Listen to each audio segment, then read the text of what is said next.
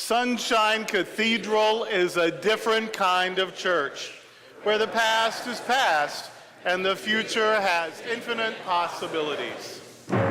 This is the day our God has made. Thanks for joining us again for Light for the Path, our weekly online Bible study here at Sunshine Cathedral. I'm Darrell Watkins, the senior minister here at Sunshine Cathedral in Fort Lauderdale. And joining me today are two of my colleagues, Reverend Ann Atwell, on staff here at Sunshine Cathedral, and Reverend Ty Bradley, another minister here on staff at the Sunshine Cathedral. We'll be comparing three passages. Lately we've been noticing how our readings, we each bring a reading and discuss it and cross-talk, and we've been finding in the last few weeks very common themes that when we talk about one, and once we compare two or three passages, there is this theme that emerges from them, and so that's always fun to discover. Today we'll be looking at a passage from Genesis and a text from St. Paul, his letter to the Romans, which was the only church he wrote to that he didn't help start, by the way. And then, of course, we'll hear from the Gospel of Mark. So we'll begin with Reverend Ann, who will tell us something about Genesis 17. Genesis 17, verses 1 through 7 and 15 and 16. When Abram was 99 years old, the Lord appeared to Abram and said to him, I am God Almighty. Walk before me and be blameless. And I will make my covenant between me and you, and will make you exceedingly numerous. Then Abram fell on his face, and God said to him, As for me, this is my covenant with you. You shall be the ancestor of a multitude of nations. No longer shall your name be Abram, but your name shall be Abraham, for I have made you the ancestor of a multitude of nations. I will make you exceedingly fruitful, and I will make nations of you, and kings shall come from you. I will establish my covenant between me and you, and your offspring after you throughout their generations, for an everlasting covenant, to be God to you and to your offspring after you. And God said to Abraham, As for Sarai, your wife, you shall not call her Sarai, but Sarah shall be her name. I will bless her, and moreover I will give you a son by her. I will bless her, and she will give rise to nations. Kings of people shall come from her. So we are here preparing for the second Sunday of Lent. Our Lenten journey calls us to reflect on who we are at the core of our being and how we connect with the work of our ministry, the work that we do. To do the work of offering compassion and justice, it often helps to create covenant, to pledge to do the work of ministry, of reaching out into the margins of society, and to recognizing the sacred value of all people. What is interesting is that often we believe that there are just not enough hours in the day to do all of the work that needs to be done. In this season of preparation of Lent, we are invited to slow down a little bit, to be more mindful of where we are being led and the work that we are called to do, to focus on our created covenant with the divine, and to pay attention, to listen for that still small voice of the divine, to be reminded, this is for you, this is what I have going on for you. It's a time of deep introspection and of reflection. In this passage from Genesis, Abram and Sarai are an elderly, childless couple. Abram receives a message from God telling him that God has made a covenant with Abram and that he will be the ancestor of multitudes. His name will be changed to Abraham, which means father of a multitude. Most appropriate. He was the father of Christian community. Jewish, Islam are all Abrahamic religions. Sarai is also included in this covenant, and her name is being changed to Sarah, which means princess. I kind of like that. These name changes may seem kind of subtle. They don't appear to be all that different. but the theological effects of these name changes are really profound. These new names have been blessed by God, and Abraham's and Sarah's destiny is now defined. In today's society, we don't really give a whole lot of credence to names. They're based on trends, or sometimes it's a family name. I was named for my grandmother, and sometimes it's just personal preference. But in ancient times, names were powerful. If you knew somebody's name, then you knew something about them. They told you what you needed to know about that person and about their family. So the new names given to Abram and Sarai invite the reader to consider who they will become with these name changes. Over the past few years, I've really come to appreciate this passage in Genesis. I have included it in the trans renaming ceremony that we do here each year at Sunshine Cathedral, because I want the participants to really understand the power of naming, though they could probably explain that to me better than I could ever explain it to them. But I also want them to see that it is included in biblical texts. It's here in Genesis, in this passage, and then Jacob wrestling and that kind of thing. There are other name changes. And when I speak with the folks who have participated in the renaming ceremony every year, the thought and consideration that they put into the name of their choosing is really very, very impressive. They think to themselves, well, what does this name mean?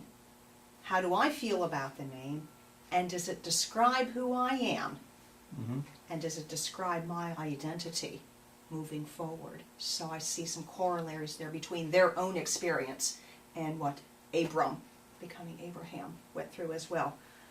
Covenant and promise, it's powerful. It is the affirming of one's humanity. Naming is the same. It's affirming and honoring one's humanity. So this passage from Genesis sets the tone for Abraham and Sarah's God, and I would suggest that the God of our understanding as well. I will give you a new name. I will bless that name. I promise to be with you, and I will guide you, and I will direct your destiny. So I think that's something that we can take with us as well. All right, thank you very much. Our next passage we're looking at is a Pauline text, the Apostle Paul's letter to the Romans, chapter 4, verses 13 through 25. For the promise that he would inherit the world did not come to Abraham or to his descendants through the law, but through the righteousness of faith. If it is the adherents of the law who are to be the heirs, faith is null and the promise is void. For the law brings wrath, but where there is no law, neither is there violation. For this reason it depends on faith, in order that the promise may rest on grace and be guaranteed to all Abraham's descendants, not only to the adherents of the law, but also to those who share the faith of Abraham. For he is the father of us all, as it is written, I have made you the father of many nations. In the presence of the God in whom he believed, who gives life to the dead and calls into existence the things that do not exist. Hoping against hope, he believed that he would become the father of many nations, according to what was said, so numerous shall your descendants be. He did not weaken in faith when he considered his own body, which was already as good as dead, for he was about 100 years old, or when he considered the barrenness of Sarah's womb. No distrust made him waver concerning the promise of God, but he grew strong in his faith as he gave glory to God, being fully convinced that God was able to do what had been promised. Therefore, his faith was reckoned to him as righteousness. Now the words "it was reckoned to him" were written not for his sake alone, but for ours also. It will be reckoned to us who believe in the one who raised Jesus our Lord from the dead, who was handed over to death for our trespasses, and was raised for our justification. Ick is what I would have said 10 years ago. This is actually very beautiful. And And we have to remember that. We have to remember that things, if we read a thing, it's sometimes hard not to read it as it was read to us once upon a time. But just to read it for what it says. And like we just picked it up for the first time.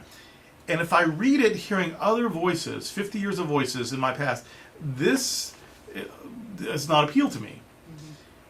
But if I don't bring all that to it, if I just read it, what's on the page, and see what that says to me now, this is a very encouraging passage. I think that, well, and Luther, I blame him. Luther got justification very wrong. Even thinking that it's a thing, I think they missed the plot. There's whole theologies that and dogmas and doctrines that have been developed around being justified and even what that means, and it gets a little muddy and it gets a little crazy and it gets a little onerous. When I think this is honestly good news. First of all, whatever went down with Abraham, it went down for him and all his descendants. And you were talking about the Abrahamic faith tradition, so already that's a big chunk of the world. Yes. But really, all of us, because Abraham had faith, right? He trusted that something was possible, even though it seemed like it couldn't be possible. But he trusted that God could open doors where there didn't seem like doors could open. He trusted that God could make a way where no way seemed to be possible. And he trusted his own faith tradition, he trusted his own experience of the divine, he trusted in the goodness of God as he understood God and as he named God. Well, what community on planet Earth hasn't had that experience? So we're all descendants of this kind of faith. And this kind of faith is reckoned as righteous, as right, as good. And so this is a big, long, lengthy, wordy explanation, and Paul's good at that, or bad about that. But what he's trying to do is set the scene. He's trying to show a 100-year-old man was told that he and his 90-year-old wife were going to become a family, and that seemed ridiculous. But he hoped anyway. He believed it was possible anyway. He trusted that there was a way to make something happen. Now, we don't have birth certificates and birth records. I mean, who knows how old they really were? I doubt if they were even counting birthdays like we do. But clearly they thought it was past time to have children. And but they had one. We later see that Abraham misbehaves a little bit with that Abraham gets a little crazy. But nevertheless, child abuse aside, Paul is talking about Abraham's trust in what he believes is a divine promise. He trusts that God can come through, even when it doesn't seem like it would be possible. So he sets up this big scene. And then, but the scene isn't what it's about. He's trying to catch us up to that. And so after he tells this long story that we've already heard from Genesis, then Paul adds, therefore his faith was reckoned to him as righteousness. His trust was good. Now the words that was reckoned to him were not for his sake alone, but for ours also. Whenever we trust, whenever we believe that there are infinite possibilities, whenever we dare to hope, whenever we believe that there is good for us and we ought to have it, that is a righteous attitude. And so this righteousness reckoned to Abraham, it's ours also. It will be reckoned to us who believe in the one who raised our Lord Jesus from the dead. Paul is writing at this point about the year 60 or early 60s. So Jesus has been gone for about 3 decades. And even 3 decades later, Paul is saying, but he somehow didn't stay dead. Paul's whole bona fides is that the no longer dead Jesus came to me and asked me to do this work. And so somehow Jesus isn't dead. His significance isn't over. He's still working with us and through us. And so he didn't stay dead. And if we can believe that, that seems impossible. But those of us who are followers of the way believe it. And that is righteous to believe, to see things other people can't see. That God creates things out of the uncreated. That God makes things be that weren't there before, that we didn't notice before. And so we have experiences that we trust, and that is righteous. It will be reckoned to us who believe in the one who raised our Lord Jesus from the dead, who was handed over to death for our trespasses, and was raised for our justification. I don't know about our trespasses, or what those trespasses are meant to be, but he was raised for our justification. And I think that just like Abraham's faith was for all his descendants, Abraham's blessing was for all of his descendants, Abraham's righteousness is for anyone who has faith, who has trust in God's goodness like he did. I think that the pattern is well established by the time we get to this line, that Jesus' justification is our own. That Jesus is justified, Jesus is righteous. The reason Jesus has significance beyond Golgotha is because God has not let his essence die. And that is true for all of us. Our significance is not limited to our earthly years. Jesus' justification is our own. Abraham's faith is our own. These stories are to show not what we have to do, but what God has already done, has always done for all of us. There is a covenant. And this covenant, usually when a powerful person gives you a covenant, it's about what you have to give back to him or her. This covenant is God making promises. I will give, I will do, I will offer, I will provide.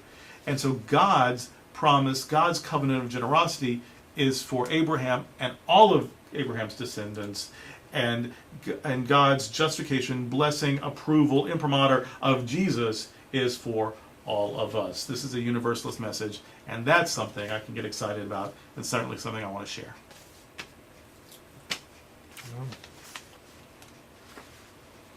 Our final passage comes to us from the Gospel according to Mark. It's chapter 8, verses 31 through 37, reading out of the New Revised Standard Version.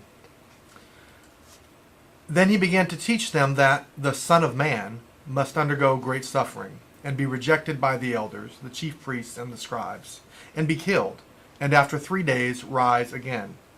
He said all of this quite openly, and Peter took him aside and began to rebuke him.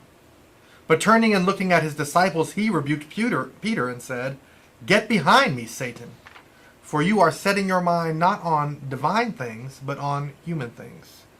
He called the crowd with his disciples and said to them, "If any want to become my followers, let them deny themselves and take up their cross and follow me.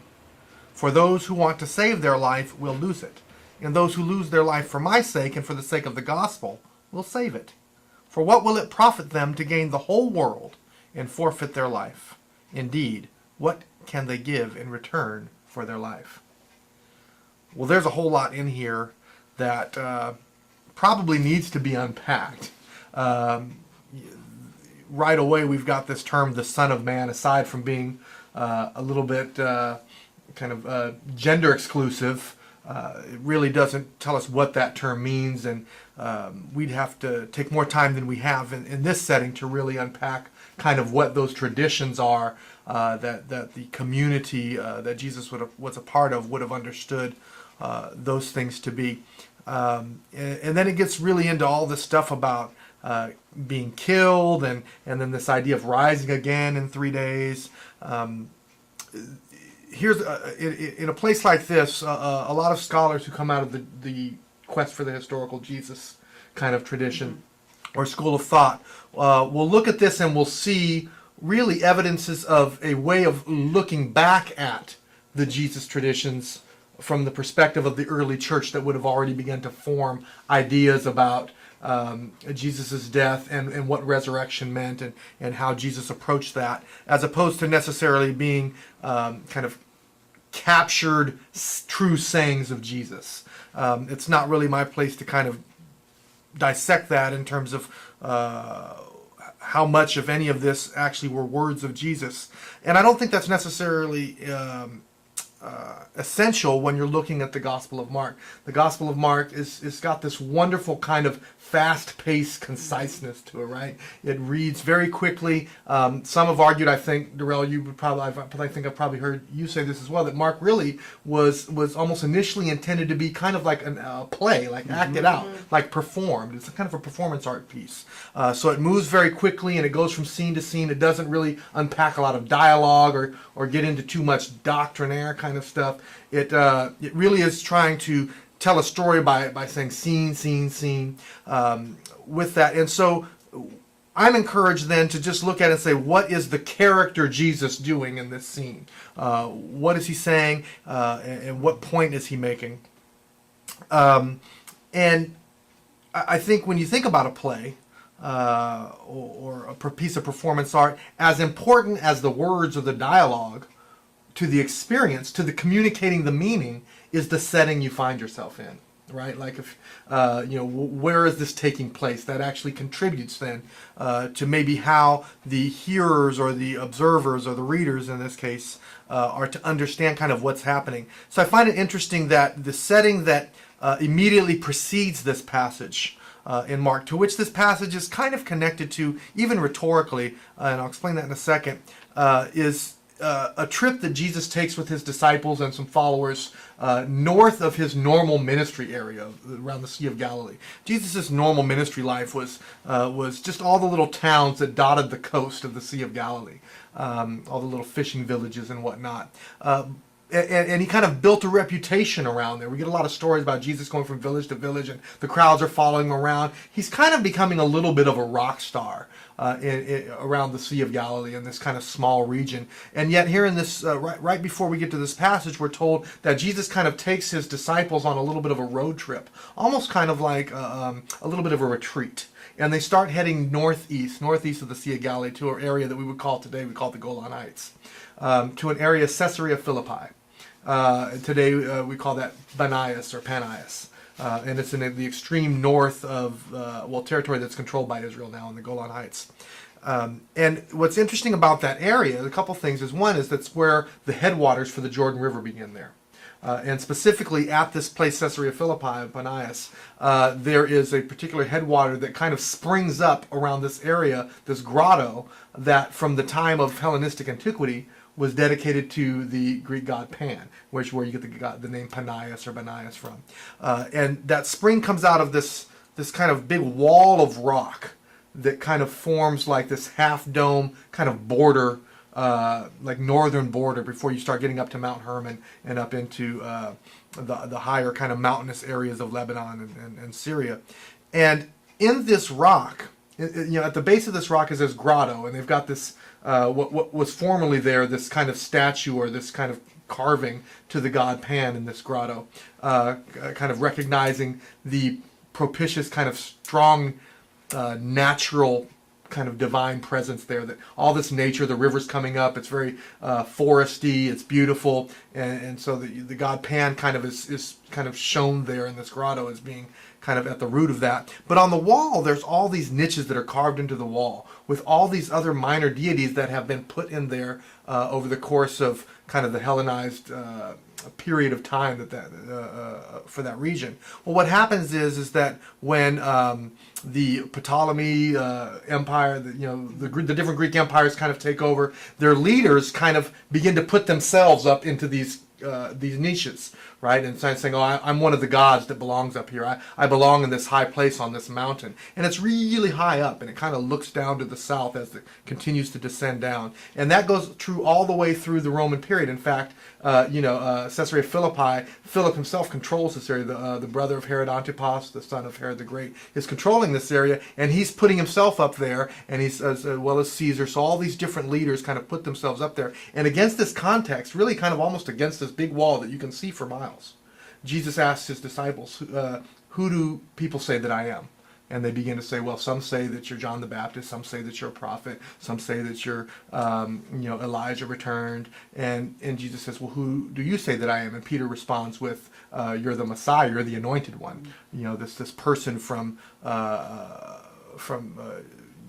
Jewish kind of belief systems at that time, who would represent some sort of deliverance or salvation from kind of the hand of oppression. And then Jesus quickly kind of quiets him down with that. And then immediately thereafter, he begins to tell them that, hey, we're going to have some hard times ahead. Things are going to start to get difficult.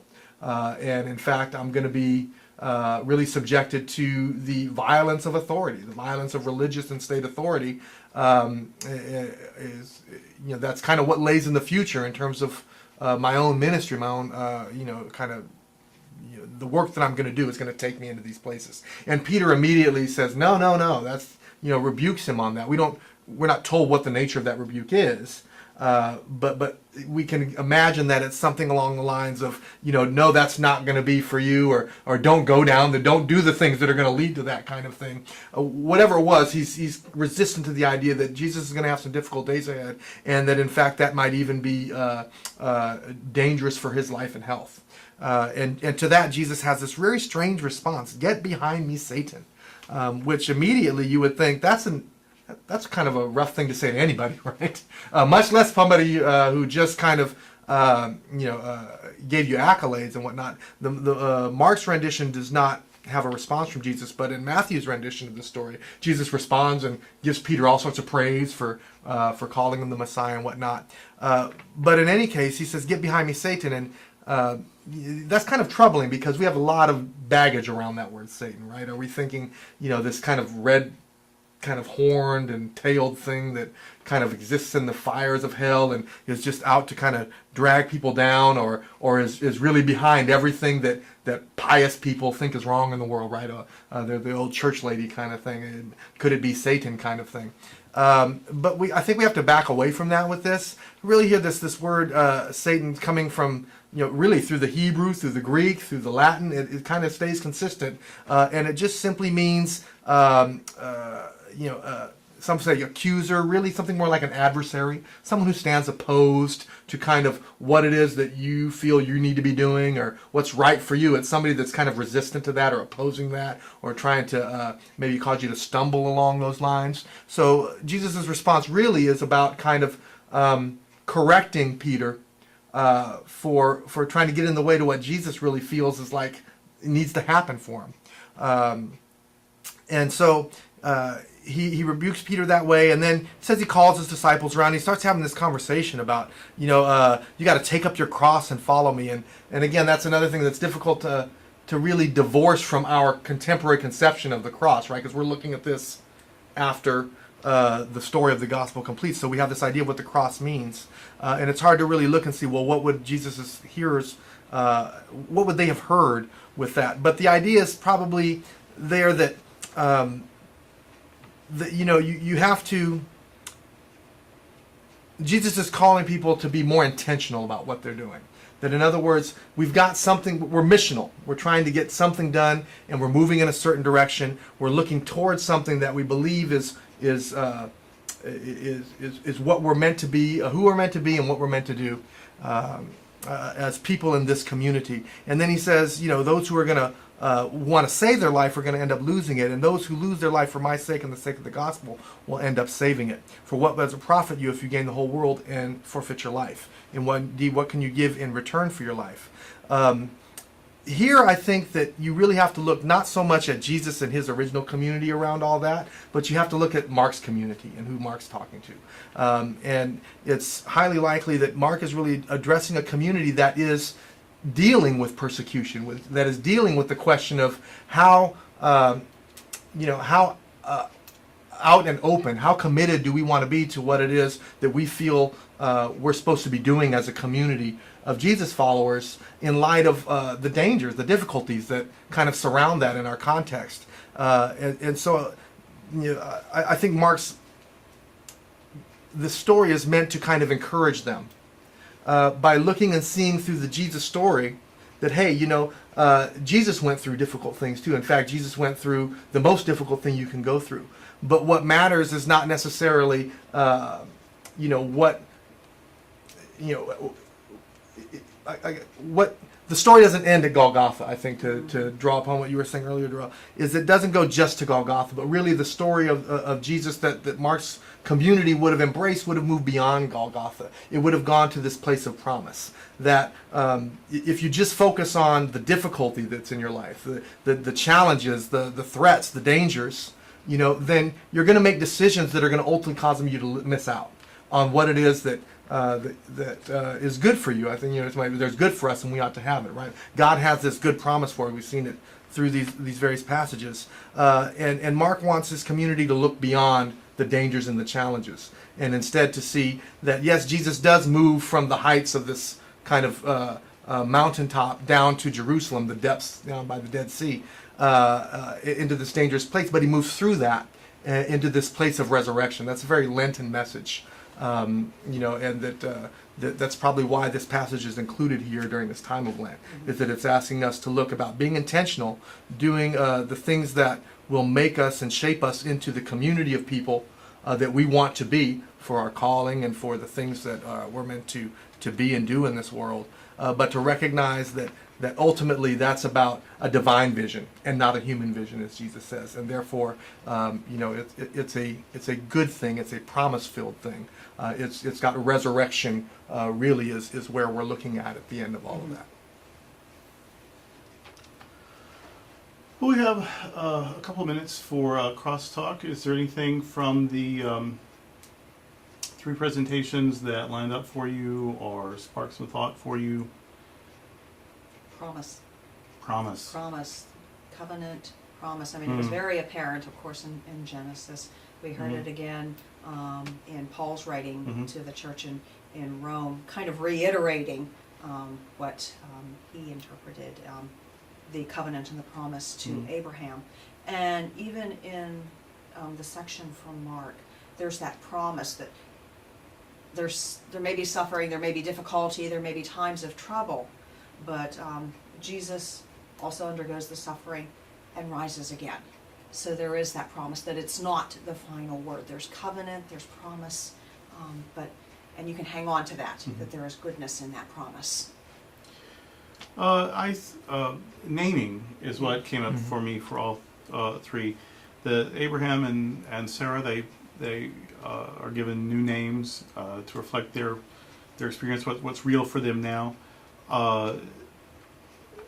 Paul calls Abraham righteous. He's been called righteous, named righteous, and Jesus is called justified. Jesus is so the naming of what they are, and then naming the community. And this is for us. Jesus' justification is our justification. Abraham's blessings are our blessings, and then Jesus in the gospel, him being named Son of Man, which is borrowing from Daniel, and it means a human one, but that's so less poetic. So whereas we try to gender inclusify almost everything, I've struggled with chosen one and human one and son of humanity, blah blah. I just don't know that anything sounds right other than Son of Man. But we'll keep working on it maybe. But he's named that, and then he names Peter Satan. Yeah. That shows you, and it does sting when he says that you're no matter how literally it was taken, it's not a compliment. You're opposing me somehow, and you're not on my team right now. And everybody wants to be on Jesus' team. So anyway, just the power of naming and how it can uplift and how it can tear down, and it also reminded me about with the word queer, how we 40 years ago, 30 years ago reclaimed it, and what had been something that made us afraid or ashamed became a tool of empowerment, and we became a queer nation, and we reveled in our queerness and our difference and our uniqueness, and so this the power of naming. That's what ran through those for me. For me, I think it's again that idea of promise. Particularly, I'm contextualizing within the Lenten journey, and the idea that that you have to look through challenges to see the bright promise right through that. In other words, it's just not from here to there. It may not be easy street, and you may have to go through Golgotha. You may have to go through Good Friday to get to Easter Sunday. You may have to go through all the things that Jesus has to go through in Mark. You may have to look at the reality of I'm 90-something, I'm 100 years old. My wife is 90-something years old, and there's just no real way scientifically that this is going to happen for us. In order to hold on to that hope, holding on to hope, looking forward to the promise, to taking seriously that kind of faith, promise, and hope that is for you has to be looked through the lens of challenge and adversity and difficulty. But the good news is that's kind of what God's about, and that's what we are about as God's people, is getting through that to the good things that are there for us. Very good. Well, we're out of time. We are glad you joined us again for another episode of Light for the Path. We'll do it again next week. So, Sunshine Cathedral.